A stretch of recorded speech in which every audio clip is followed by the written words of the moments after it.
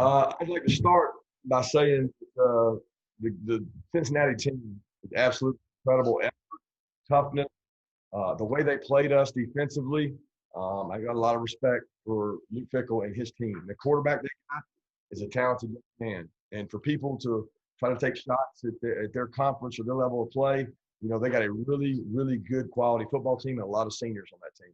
I'd also like to thank Chick-fil-A Peach Bowl, Gary Stoke and his staff. I'm telling you guys, where they've taken this bowl, where it started when bad team I was on played in it, to now New Year's Six, and being part of a special bowl package, the city of Atlanta, home of college football. They got the best thing going, and they do an unbelievable job. Chick-fil-A is one of the best companies in the world. I always say, if I can run my organization like Chick-fil-A, I can be successful. Same way with the Peach Bowl. So we thank them for that. And then these seniors, look, they tied the winningest record of any senior class come through, and they really got slighted. So we're going to remove the asterisk and erase it, because with the Vanderbilt game, they would have been able to get that done, and certainly want to respect the job they did. And I just appreciate the guys never quitting and continuing to fight. Okay, we'll go ahead and open it up for questions. If you have a question, please use the raise hand function within Zoom. We'll call on people individually, and please be sure to say who you're directing your question to. We'll go ahead and start with Charles Odom from the Associated Press. Kirby, on the play before the game-winning kick, you tried a deep pass. Were you confident in your kicker being able to make it from that distance without having to make a shorter completion to help his cause? Great question. We go through that situation probably every week. You can ask our players. We do it all the time. It was a must situation, as Coach Munkin calls it, must get out of bounds.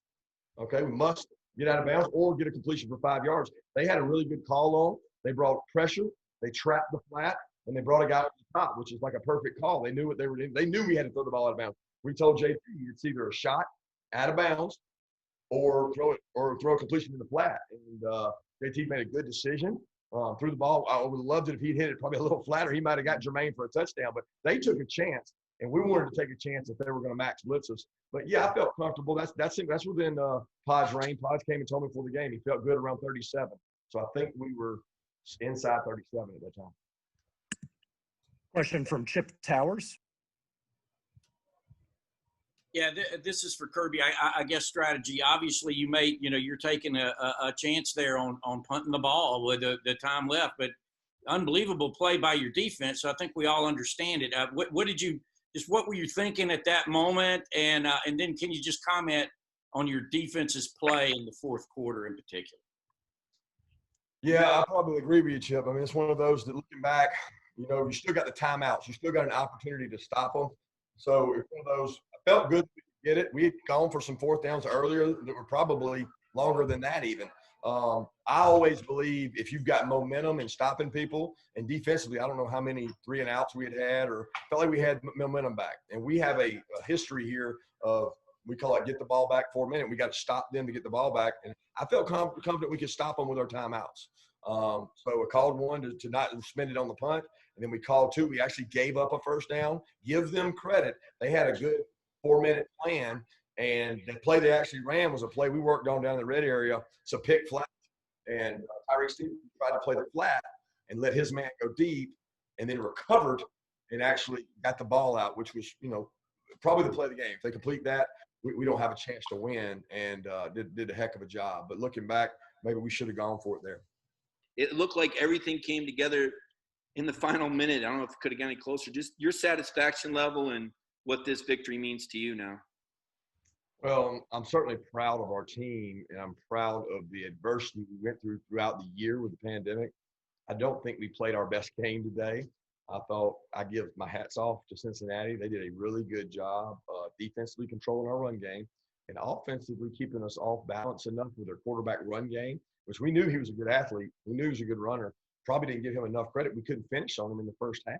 And, they stole a touchdown right there at the end of the half, and they stole one back in the start of the second half.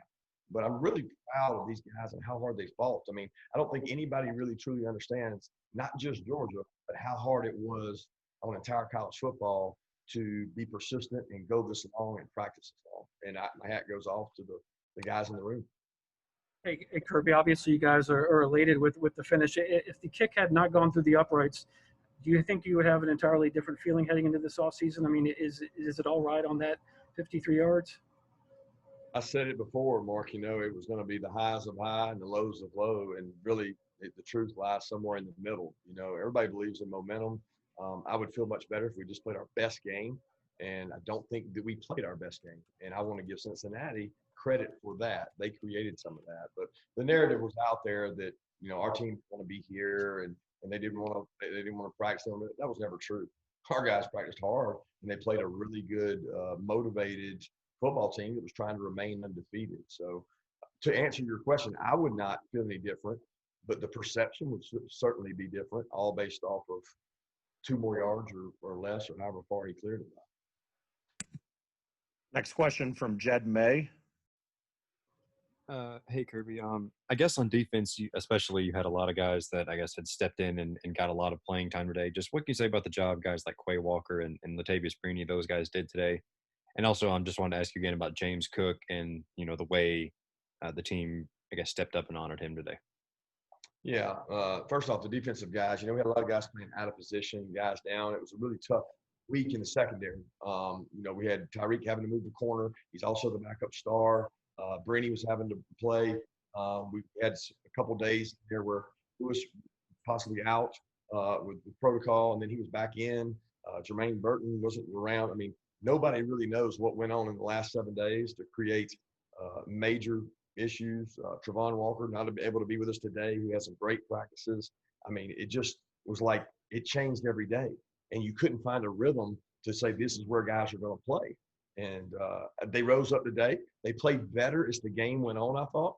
Brini got more and more comfortable as the game went on, but it was tough. Okay, we've got time for 2 more. We'll take one from Austin Roper, and then we'll finish up with one from Jonathan Simmons. Austin? Hey, Kirby. So I want to take it back to Jack a little bit if I can. This is the first time where he's really had to, kind of shoulder load and make a late kick to win the game. Was there anything you said before he went onto the field, or did you sense how he was feeling emotionally leading into that kick? I mean, can you kind of describe how that was?